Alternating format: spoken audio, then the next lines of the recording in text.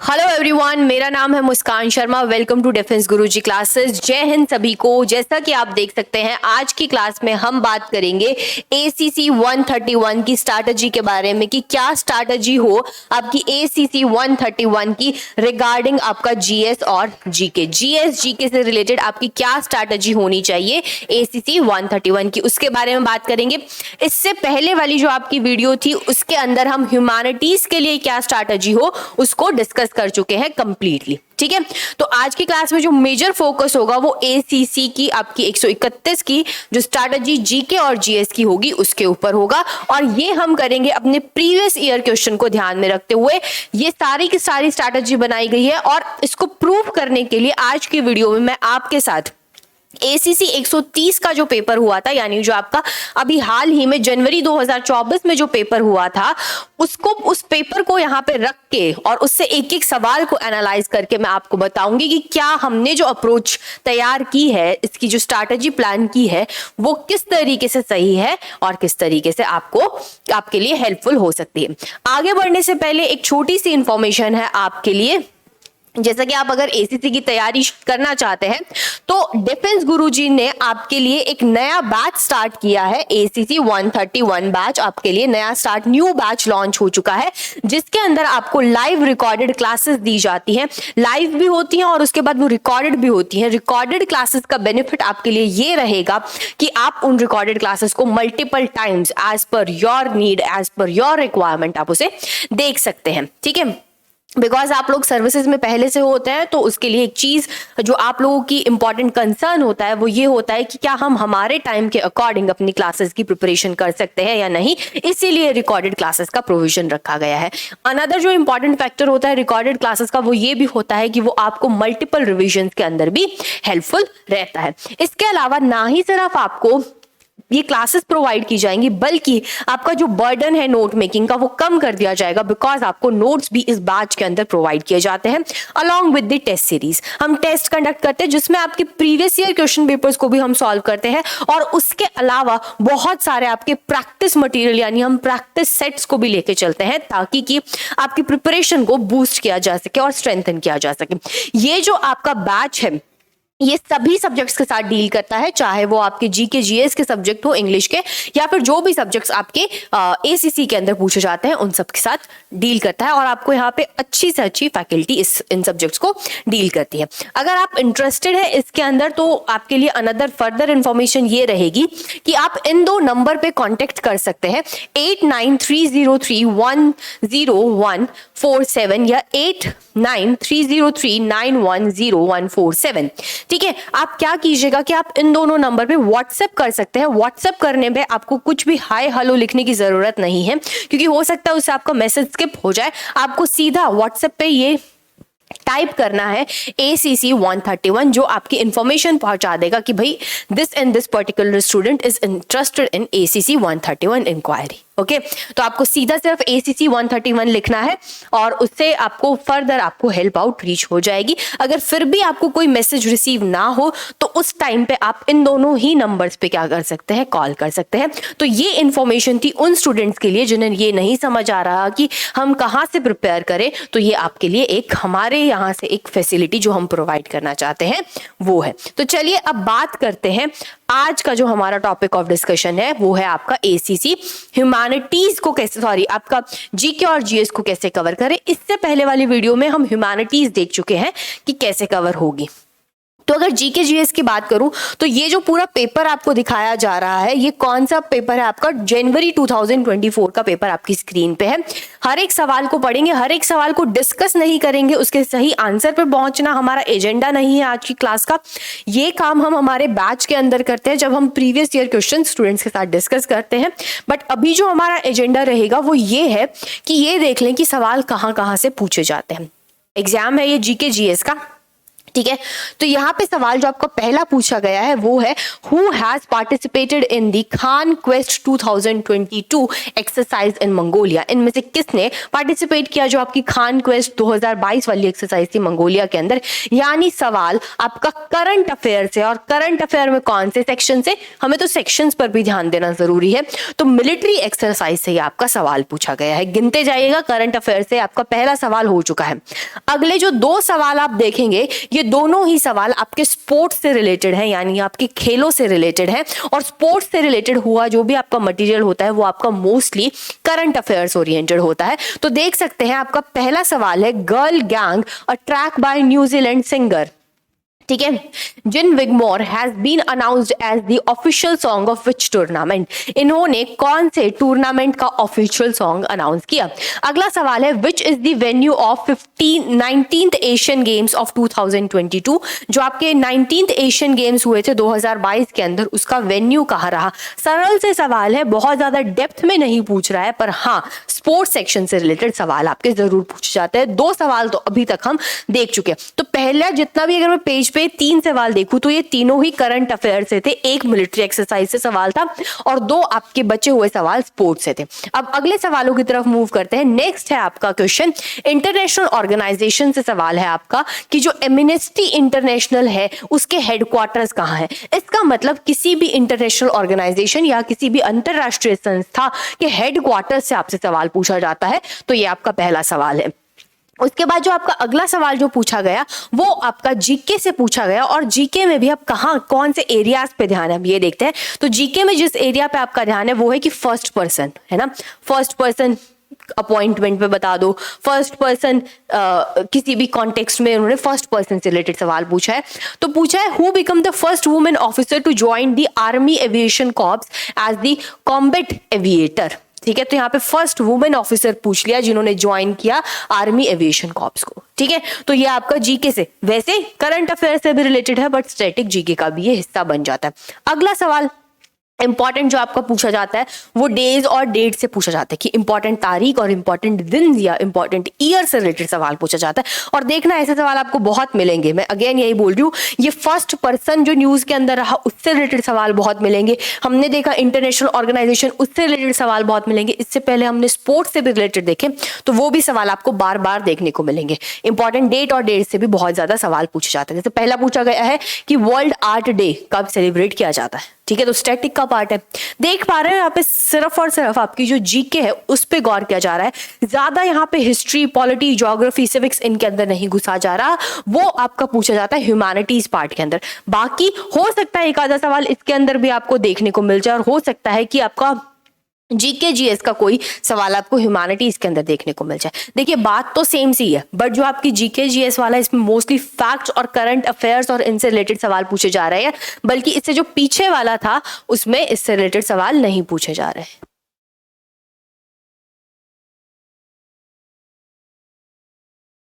अगला जो सवाल पूछा गया है वो आपका है who become the first women to appointed as the SEBI chairman. कौन पहली वुमेन थी जो सेबी की चेयरमैन की तरह अपॉइंट की गई। तो अगेन ये क्या सवाल पूछता है कि फर्स्ट पर्सन बता दो, है ना, फर्स्ट पर्सन, फर्स्ट वुमेन जो सेबी की चेयरमैन की तरह अपॉइंट की गई।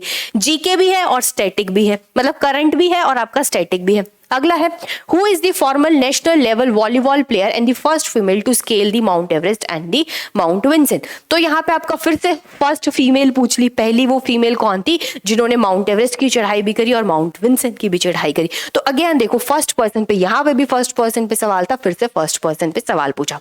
एक और करंट अफेयर से सवाल पूछा गया है, वो पूछा गया आपका गवर्नमेंट स्कीम से रिलेटेड सवाल कि योजना बनाओ जो कैंपेन है वो जो आपकी गवर्नमेंट ऑफ झारखंड ने शुरू करी थी वो कौन से साल के अंदर शुरू करी थी। तो जो हमने पिछली स्लाइड्स पे देखे, हमने देखा इंटरनेशनल ऑर्गेनाइजेशन से सवाल है, फर्स्ट पर्सन से सवाल है, इंपॉर्टेंट डेट से सवाल है और एक सरकारी स्कीम से रिलेटेड सवाल पूछ लिया गया। अगला देखते हैं। अगला सवाल है which city is preeminent crossing be named after the Lata Mangeshkar. ठीक है। तो यहाँ पे भी आपका जीके से रिलेटेड सवाल है कि कुछ इंपॉर्टेंट सिटीज और उनके नेम से रिलेटेड सवाल पूछ लिया। ये जीके। अब देखो आप 4 सवाल आपको यहाँ पे back to back static GK से देखने को मिलेंगे, जिसको मैं किसी पॉलिटी, ज्योग्राफी, सिविक्स के कॉन्सेप्ट में नहीं डाल सकती। वो क्या है, आपके स्टैटिक है, वैसे के वैसे तथ्य हैं जो बदल नहीं रहे हैं। जैसे कि आपको किसी सिटी का नाम लता मंगेशकर पे रखा गया है, कोई इंपॉर्टेंट ऑपरेशन हुआ था, जैसे कि ऑपरेशन विजय हुआ, ऑपरेशन शक्ति, ऑपरेशन और कुछ भी ऑपरेशन हुए थे, तो उन एक ऑपरेशन से आपसे सवाल पूछ लिया गया। तो यहाँ पे पूछा गया कि ऑपरेशन का नाम बताइए जो गोवा, दमन, दीव की इंडिपेंडेंस के लिए था। ठीक है, तो ये स्टैटिक सवाल है जीके के, इसमें कोई चेंज नहीं, इसमें कोई कॉन्सेप्ट नहीं है। उसके बाद है कि भाई टेन्योर क्या होता है, सीडीएस का टेन्योर क्या है, तो ये जीके का ही है। इंपॉर्टेंट जो भी आपके पद है, इंपॉर्टेंट पोस्ट है, उनसे रिलेटेड आपके सवाल पूछे गए हैं।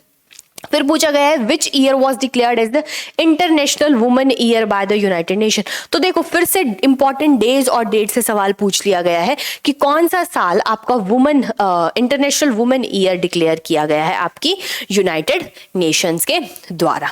ठीक है, अगला जो 64th क्वेश्चन था आपका, अगला जो सवाल है, अब 2 सवाल आपके फेस्टिवल यानी त्योहारों से रिलेटेड पूछ लिए गए।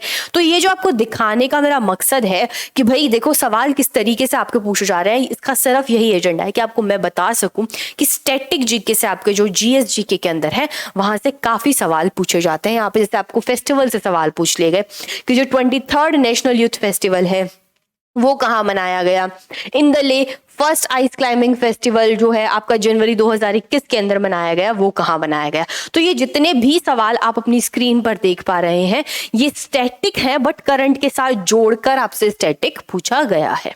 ठीक है, चलो अगला सवाल देखते हैं।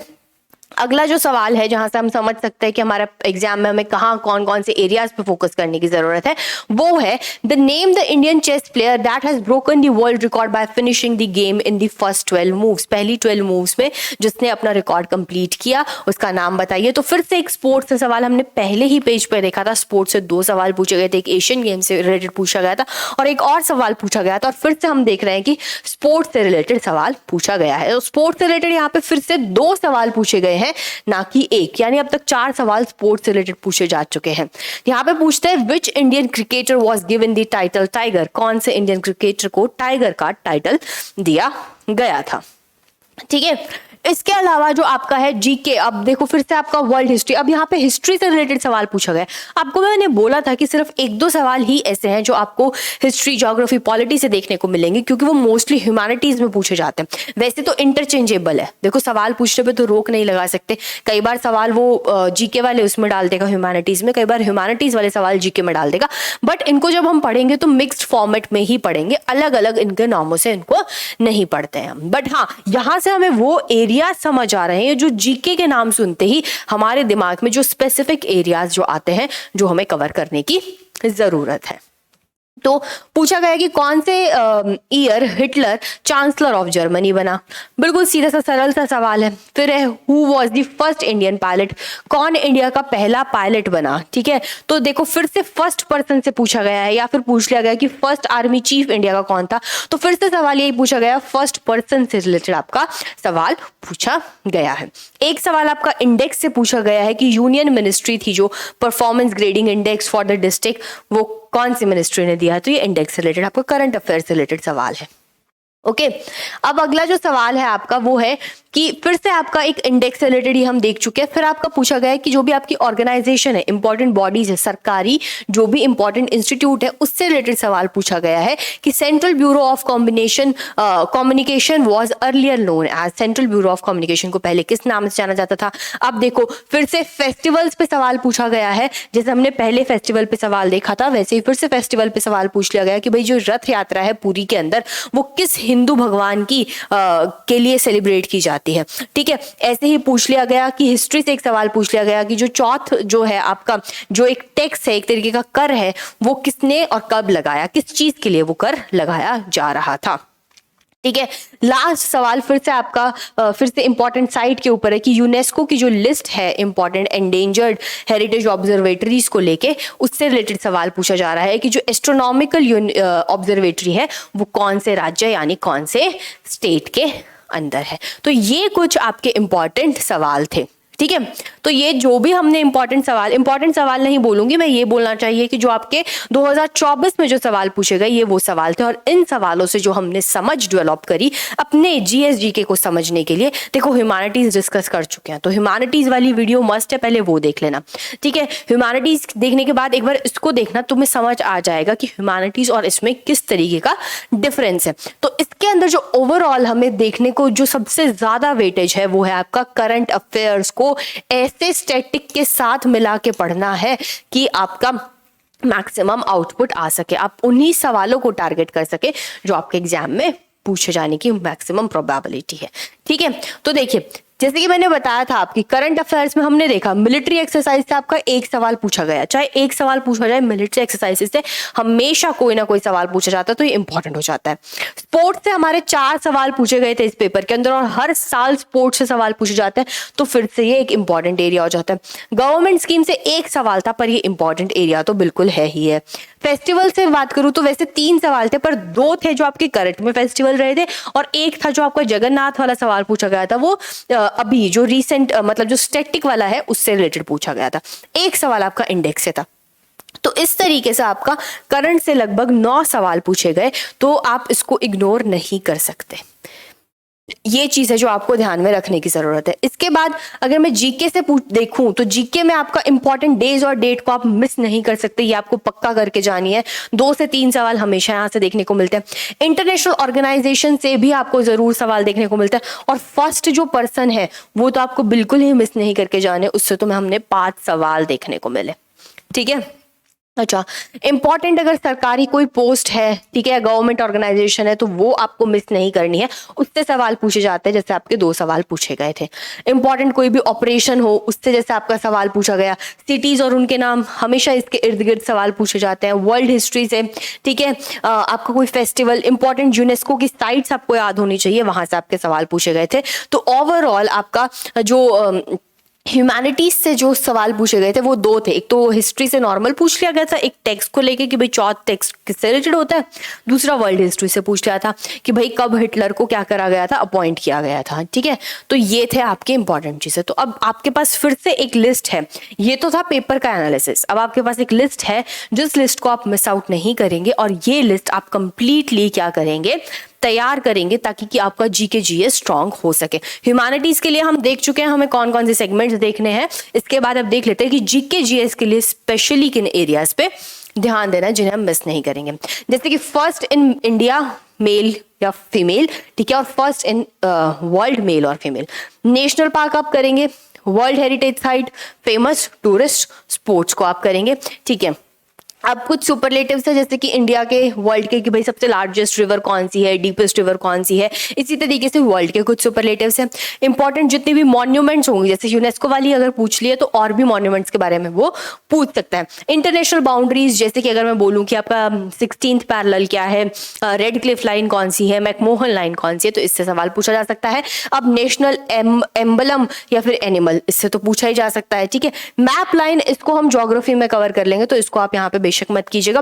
पॉलिटिकल पार्टी, इसको भी हम पॉलिटी में कवर कर लेंगे, तो आप यहाँ पे बेशक मत करना। बट हाँ, एजेंसीज, गवर्नमेंट की एजेंसीज की बात आती है तो इंटेलिजेंस एजेंसीज पे आप ध्यान देंगे। ठीक है, साइन और सिंबल आप इसी के साथ कर सकते हैं। ऑफिशियल बुक्स, अब ये सारी ऑर्गेनाइजेशंस की बात आ जाती है। हमने बोला था कि इंटरनेशनल ऑर्गेनाइजेशन इंपॉर्टेंट है, तो चाहे वो यूनाइटेड नेशन की ऑर्गेनाइजेशन हो, वर्ल्ड की ऑर्गेनाइजेशन हो, या फिर यूनाइटेड यूएन का सेक्रेटरी जनरल की बात करनी हो, तो ये सारी इंटरनेशनल ऑर्गेनाइजेशन आपके लिए इंपॉर्टेंट रहेंगी। Defence of India, international security of India, जितने भी आपके इंस्टीट्यूट्स हैं डिफेंस ट्रेनिंग के, उनके बारे में बात करेंगे। तो ये सारे आपके कुछ ना कुछ गवर्नमेंट इंस्टीट्यूट्स की लिस्ट है, ये आपके गवर्नमेंट इंस्टीट्यूट्स की लिस्ट है। इसको इजी बनाकर आपको याद करना जरूरी है कि भाई किसके हेडक्वार्टर्स कहाँ है, ठीक है, किसको सुपरवाइज कौन करता है। तो इससे क्या होगा कि आपके जो सवाल हैं वो गलत नहीं होंगे। ठीक है, उसके बाद देखो मैंने बोला था कि इंपॉर्टेंट डेज और डेट से सवाल आते हैं, इंपॉर्टेंट डेज और डेट से सवाल आते हैं। तो उसके लिए आपको क्या क्या याद करने की जरूरत है, कोई इंटरनेशनल डिकेड रहा हो वो याद करो, कोई इंटरनेशनल ईयर रहा हो वो याद कर लो, इंटरनेशनल वीक्स और इंपॉर्टेंट डेज और डेट्स ऑफ वर्ल्ड याद कीजिए। ठीक है, और आपके जो सवाल हैं, अगर अवार्ड से रिलेटेड सवाल है तो वो कौन कौन से अवार्ड से रिलेटेड सवाल पूछे जा सकते हैं, जैसे कि आपके नेशनल और पद्म अवार्ड से, ग्लेनेंट्री अवार्ड से रिलेटेड, जनपीत अवार्ड से, दादा साहेब फाल्के अवार्ड्स, बुक और ऑथर से रिलेटेड आपके सवाल पूछे जा सकते हैं। ओके, जो लास्ट और मोस्ट इंपॉर्टेंट जो आपका सेगमेंट रहता है, ठीक है, वो है आपका स्पोर्ट्स का सेगमेंट। हमने देखा कि स्पोर्ट्स से आपके काफी सवाल पूछे जाते हैं। तो गेम्स और स्पोर्ट्स में, चाहे वो आपके ओलंपिक गेम्स हो, चाहे आपके Commonwealth, Asian games, African games, जो भी आपके रीसेंट गेम्स आपके न्यूज में रहे होंगे, उनसे सवाल पूछे जाने की कंप्लीट संभावना है। तो ये सारे वो एरियाज थे जहां पे हमें फोकस करने की जरूरत है while dealing with the GS and GK. देखो, फिर मैं यही बोल रही हूँ कि ह्यूमैनिटीज का जो सिलेबस है वो कहीं ना कहीं थोड़ा बहुत मिले जुलेगा, बट हमने देख लिया कि जीके और जीएस में किस तरीके के सवाल पूछे जाते हैं और ह्यूमैनिटीज में किस तरीके के सवाल पूछे जाते हैं। तो जब हम प्रिपरेशन करेंगे तो हम दोनों की कंबाइंड प्रिपरेशन करेंगे। बट हाँ, इन एरियाज पे जो आज की क्लास में डिस्कस हुए हैं, इन पे गौर जरूर करेंगे जब हम हिस्ट्री, ज्योग्राफी, पॉलिटी के कॉन्सेप्ट्स पढ़ेंगे, इकोनॉमिक्स के कॉन्सेप्ट पढ़ेंगे। तो ऐसा नहीं है कि जो ये स्टैटिक वाला हिस्सा है, इस हिस्से को हम मिस आउट करते हैं, इसे हम जरूर से जरूर कवर करने की कोशिश करेंगे। So this is all about your strategy for ACC 131 GK and GS. Hopefully you will get something out of it and आपको ये बात समझ में आई होगी. So all the best everyone for your exam. Stay tuned, stay healthy and keep learning. तब तक के लिए सभी को जय हिंद.